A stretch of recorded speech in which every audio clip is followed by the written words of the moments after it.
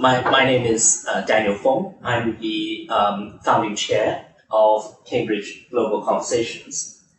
Cambridge Global Conversations, or CGC, is an educational, interdisciplinary platform which addresses existential challenges to humankind and the biosphere, which lie beyond the ability of individual nation states to address or resolve, no matter how powerful.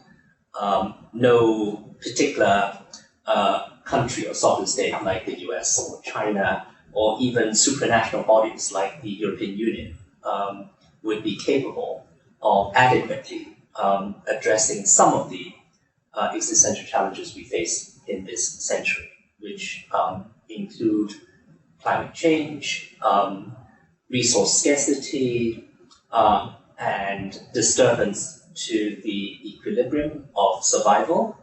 And today we are addressing one of the most serious challenges to humankind, which is COVID-19, the pandemic which has swept the world and shows currently no signs of cresting or abating.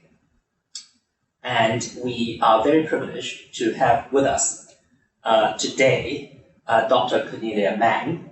And I will just introduce her very briefly. Dr. Man is a clinical geneticist. She is also an immune and regenerative medicine specialist, as well as a drug development specialist in oncology and neurology. She did her postdoctoral fellowship at Harvard Medical School, amongst many other institutions of note. But let me turn the floor over to Dr. Man to tell us a little bit about her work and also how that impacts on the challenge we're facing and how we should address and hopefully overcome the major challenge we're facing today. Thank you, Daniel, for your very kind introduction. So may I start with the slideshow now? The topic for today's podcast is on COVID-19, how it attacks our body, and the treatment and the possible prevention methods. In this webinar presentation, we're going to cover these 6 topics, and mostly COVID-19 as a pandemic, how the new coronavirus attacks our body, the severe COVID patients and the so-called cytokine storm, what it means, the drugs recently being researched on and used temporarily for COVID-19. On the 5th topic, we'll cover some clinical trials using current regenerative cellular therapies as a treatment or prevention. And lastly, I'm going to cover the importance of balancing and harmonizing our immune system to tackle COVID-19. So this is the disclaimer. And here's my declaration. So the COVID-19 pandemic threatens to stress the healthcare systems, and patients infected with COVID-19 and with clinically severe demonstrate lung distress, and this requires ventilator-assisted respiration in hospitals, ICU. As our healthcare experts continue to tirelessly care for the infected patients, such care may show improvement over weeks or even over months, and it will significantly consume and occupy healthcare resources, preventing access to other patients. So the search for novel and very effective treatments are prudent and should be evaluated in a very timely fashion. So what is coronavirus? The coronavirus is a contact-type virus that finds its way into our bodies through the nasal and the oral airway. It then works its way down into the lungs and becomes a respiratory disease. And how does the coronavirus attack our body? Our lungs have actually small air pockets called the alveoli. Rapid gas exchange at the alveoli of our lung is very vital. It is vital for our life that this process works properly. The alveoli are lined with two types of cells termed type 1 and type 2 pneumocytes. Type 1 pneumocyte is responsible for gas exchange, having oxygen in and carbon dioxide out. This type of cell is susceptible to many toxic insults, but it cannot replicate itself. Type 2 pneumocyte is actually responsible to produce surfactant, which give rise to the lung elastic property. It can replicate in the alveoli. The coronavirus targets only type 2 pneumocytes because type 2 pneumocytes have a specific receptors called the ACE2 receptors on its surface. The virus enters through ACE2 receptors into the host cells and begins to replicate. So as this continues, this coronavirus causes a symptom or a condition called the cytokine storm. These viruses replicate until there are so many of them, it causes cells to die and inflammation of the lung. Our immune system responds by sending its forces to defend our body from these foreign invaders. And the body subsequently experiences a huge inflammatory response called the cytokine storm. So cytokine storm is an immune response that gets out of control. When it does, the immune response is designed to save us. This can actually kill us. When this happens, the alveoli and the surrounding areas fill up with fluid. The alveoli and the pleura become inflamed and we develop pneumonia. And the result of this is it can cause more and more pneumocytes to die. The old alveoli eventually get damaged and the patients become extremely difficult to breathe. And this condition is called the acute respiratory distress syndromes, in short ARDS.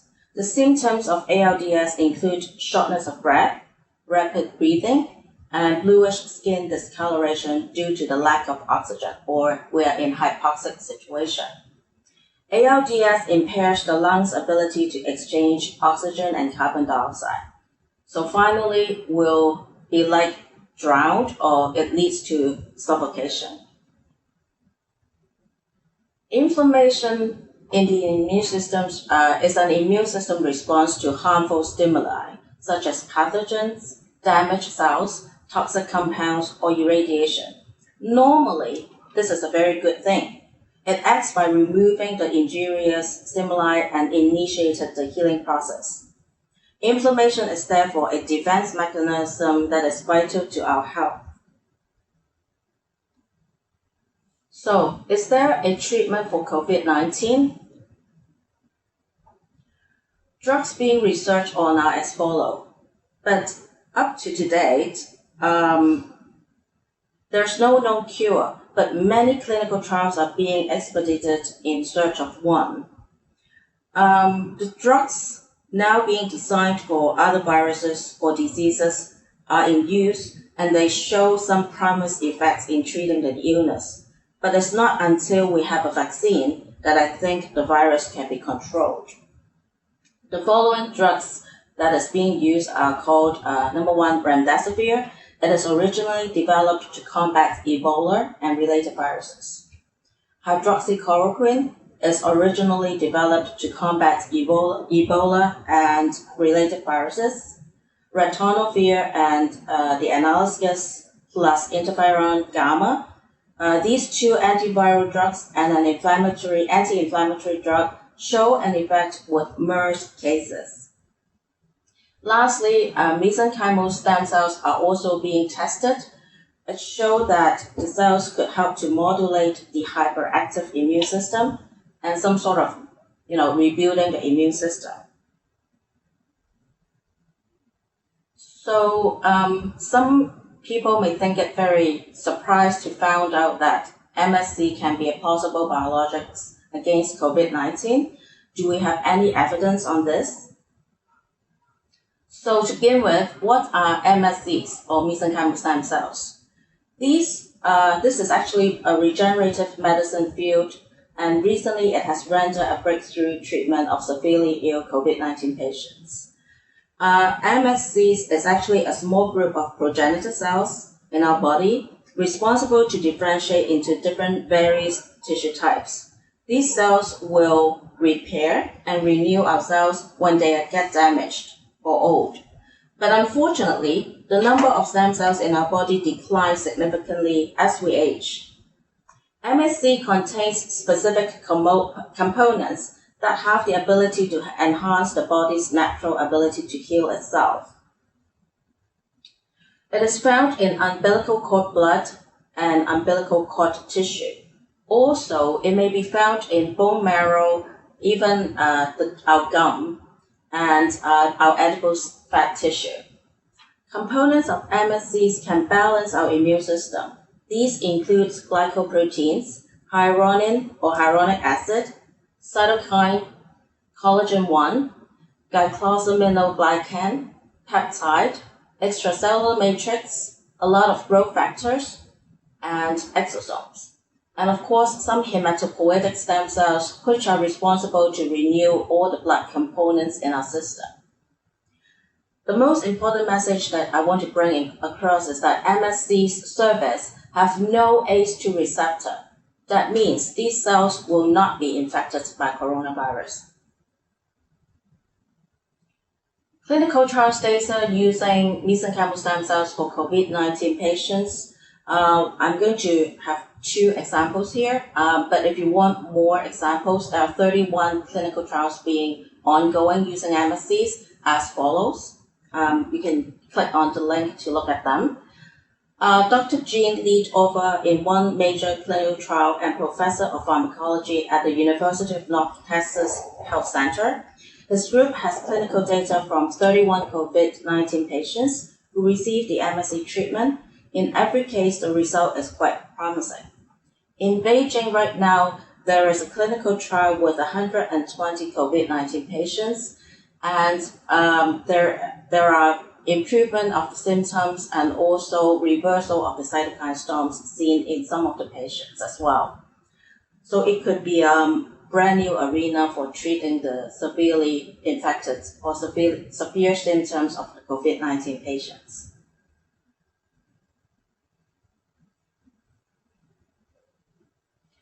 So MSC is just like a double-edged sword. It has an immunosuppressive function. It can subside immune system overacting in severe COVID-19 patients. It can downregulate our pro-inflammatory cytokines and chemokines. It can induce dendritic cells to repair the tissue.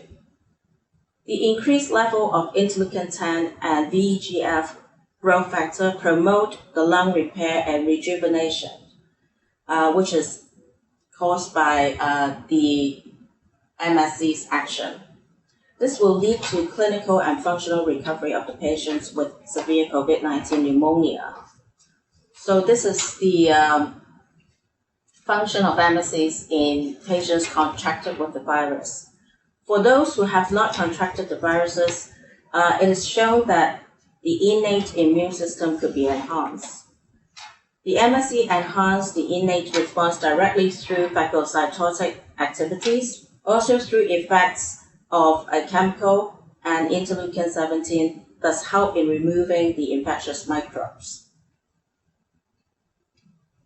Well, Dr. Man, thank you for that absolutely fascinating presentation. You're welcome. It's given us a lot of information, which I'm sure all of us would want to digest. And maybe click on some of those links you referred us to. Sure. And online, I'm sure there will be a lot of questions which we can engage in, mm-hmm. and see how we take this discussion forward. But for the time being, I'd like to ask a few questions just to start the process going. Mm-hmm. And I'll ask, if you'll forgive me, very layman's questions.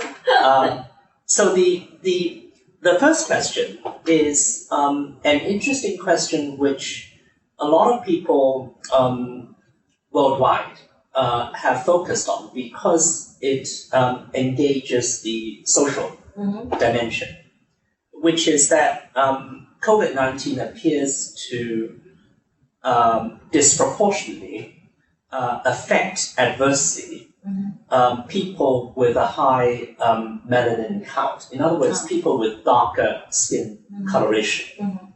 So in the United States, we find that African Americans and Latinos are more disproportionately affected as compared to Caucasians. And we know that Asians in the United States are in the middle, given our skin coloration. Would you like to comment on that? I think there's some research paper which comments on the direct correlation between the melanin count with the with the strength of the immune systems. So that means the higher your melanin count of your skins are, or other tissue part, the lower your immune system will be. So that may reflect on why African American would have a high incidence of the COVID-19 infection. Right. So in your view, there is this direct correlation. Right. Or so, in some of the researchers, Yes, indeed. And therefore we should treat this seriously. It's not just anecdotal. Right. Now it's also been discussed again in social media and other platforms that one way to combat or maybe act as a prophylactic against infection by COVID-19 is to expose yourself to sunlight, which gives us obviously vitamin D. But given the high melanin count, relative high melanin count of people of darker skin coloration, they don't absorb as much vitamin D as, let's say, people of lighter skin color. And therefore, there's a rush to buy vitamin D supplements, particularly D3. What's your reaction to that?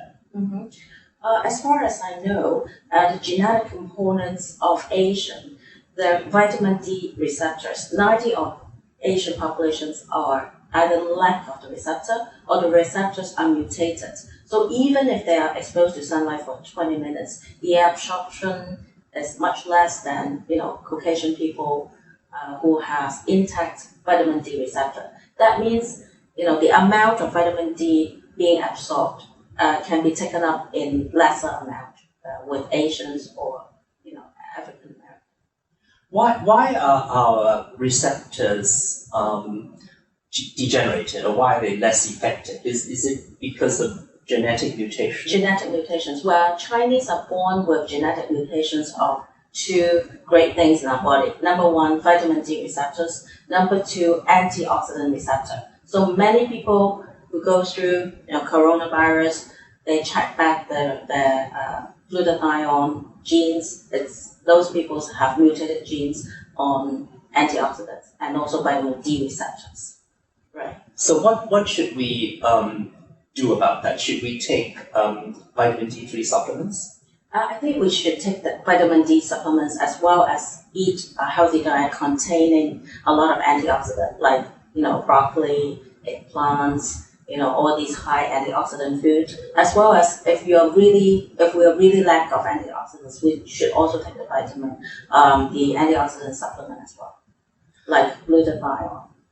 And this segues into maybe a more social observation. We know in Asia, East Asia, and also I think certain parts of Southeast Asia, there's a practice amongst women who for social reasons prefer a lighter skin color to put on sunblock when they go out, or to carry umbrellas when they go out. So that this is pervasive, I believe, in Japan, Korea, China, of course, Mm-hmm. Hong Kong, parts of Southeast Asia like Vietnam, and we see that in social behavior Right. for, I believe, many centuries, so it's not a recent phenomenon. Mm-hmm. I know it's very difficult to change social behavior, but would you advocate that people actually don't use sunblock or don't go out with umbrellas, since they actually need sunlight? There's a dilemma in this question because if you don't use sunblock, the UV may damage skin cells and cause DNA damage and so on and so forth. And this may cause skin malignancy as well, like skin cancer. And on the other hand, they could try, drinking more milk and taking more vitamin D fortified cereal to supplement the vitamin D content as well. All right, that's really interesting. What kind of cereal should they take? There's some kind of called the vitamin D3 fortified cereal. Ah, okay, Right. Thank you. So that segues into an interesting question about the use of ultraviolet Yes. in order to eradicate, some would say, viruses, including, of course, coronavirus. How effective is that? I'd like to separate the questions into Sure. two parts. In an experimental bench, like in a university bench or a lab or pharmaceutical setting, it's very effective. If you directly shine the UV light source to the virus, they'll die in seconds. Mm-hmm. But in real life, if you have say a mini UV device or a UV device in a lot of mainland Chinese people's homes, they have UV light everywhere installed. Yes. If you try to stare at the UV source for 10 seconds or more, you'll have damage of your eye tissue. So it's quite damaging. So it's like a burn. Yes. Right. Now that's extremely helpful. So I should stop wearing this device. Right. Okay. I'll take it off immediately. That's a very practical piece of advice, which is you wear helpful. it on top of your clothes. That's better because the wavelength of UV is the shortest compared to infrared, which is the longest. So as long as the UV is not touching your skin or you're not staring at it directly, then it should be fine. Your clothing, right? Yes. Right. Yes. Now, a lot of people, I think you might have touched on this already, buy UV air filters, and they put them in their bedrooms because they believe that creates a supposedly clean environment, a germ-free or virus-free environment. But you would you say that is probably not effective? I would put HEPA filters in my rooms, which can filter away all the bacteria or viruses or particle less than 0.5 microns in diameters. But to install UV with the filter, I don't know how effective it would be. And I'm not sure if the UV light could damage the filter itself unless it's separated into two compartments. No, that's very helpful because you've already said that UV is a double-edged sword. Right. And clearly you don't want to stare at UV because it damages your eyes or touch it. Right.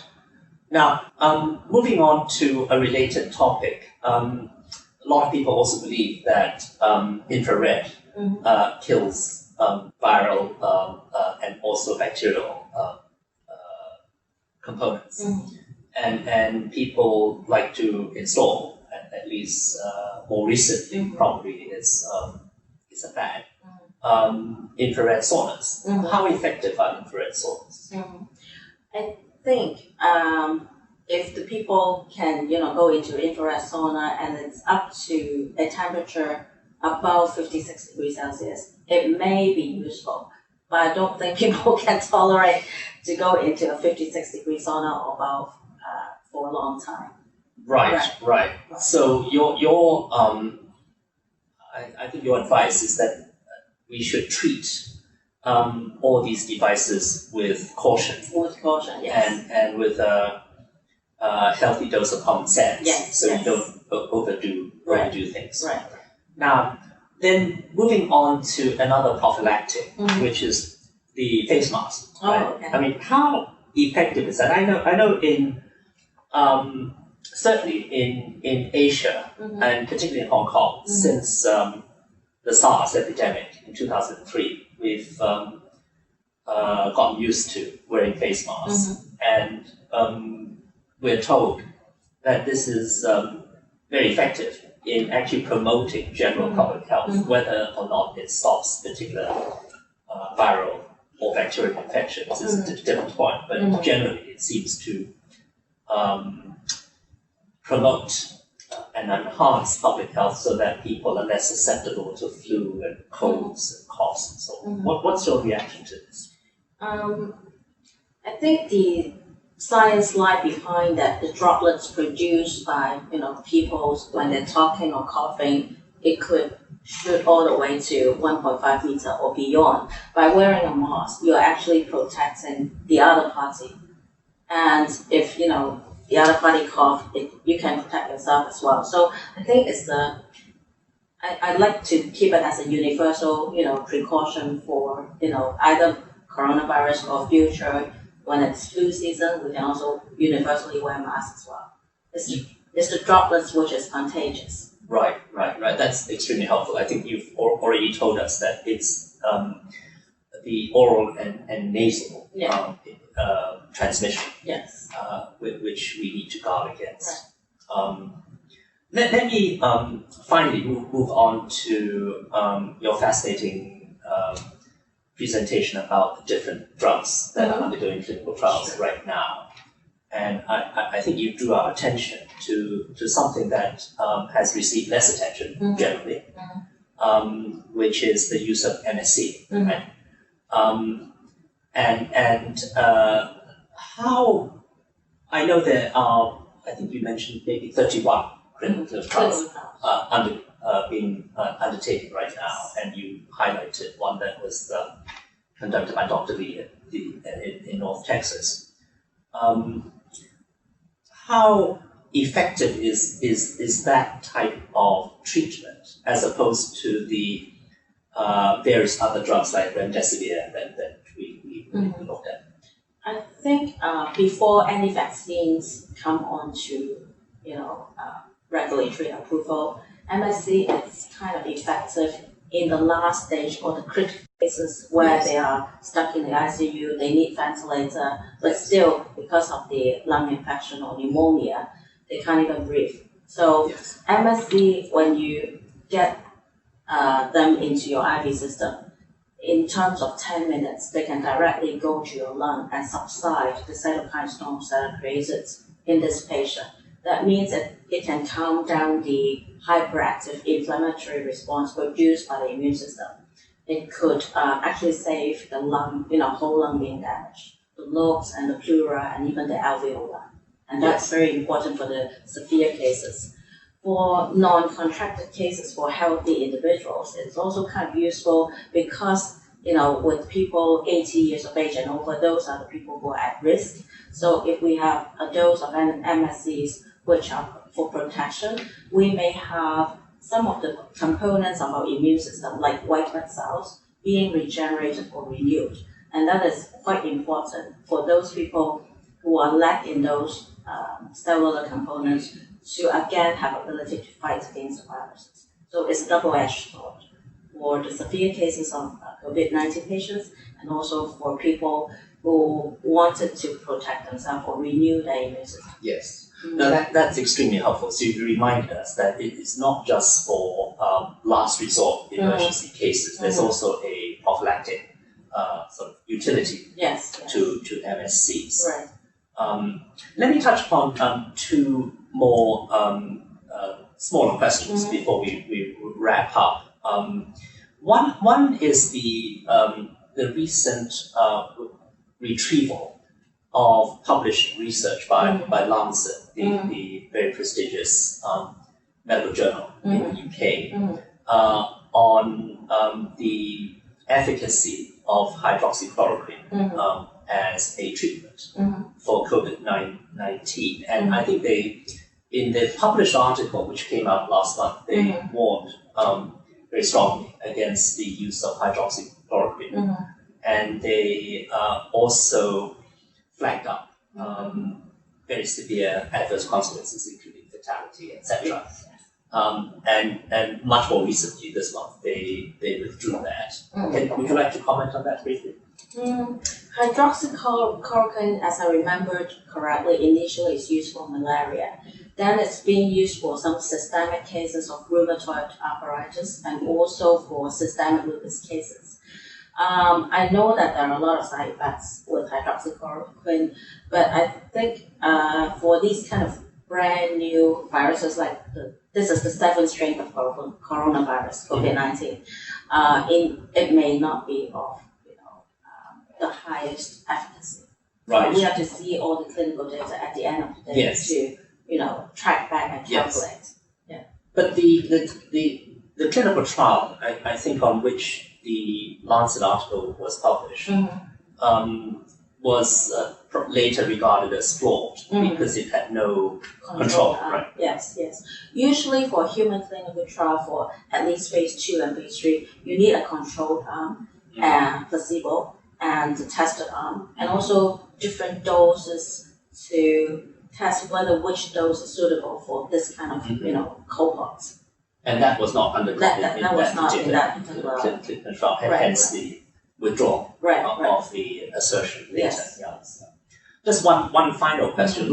Yesterday, there was an interesting article published in the South China Morning Post. Okay. This is the article of 11th of June, which reported on some tests or trials resulting from the successful use of a drug to prevent infectious diseases in cats. Right.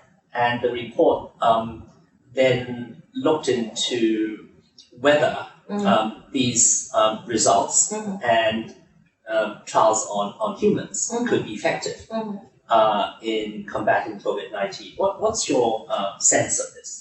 Right. As I was reading this newspaper clip, I saw that this drug called Mpro can break down big proteins into amino acids. This is an enzyme. But if it's for IV infusion, I'm afraid that if it's infused in our body, it can break down other large protein in our normal cells as well into individual amino acid. It might cause us quite a lot of side effects. So we need to be very careful. Right. Because there are, as of course in many of the drugs that are being clinically tested, also side effects that we might not want. I'm still, very hopeful, and I think at the end of this year there may be 1 or 2 vaccines coming out into the market. The vaccines used is mostly to neutralize, using monoclonal antibody to neutralize the viral antigen. That may be the most, successful, effective. Yeah. Well, thank you very much, Dr. Man. That's been extremely educational and at least enlightening for me, and I'm sure for many of our viewers. And I'm sure there'll be a very rich discussion of this. And thank you also for concluding on an optimistic note.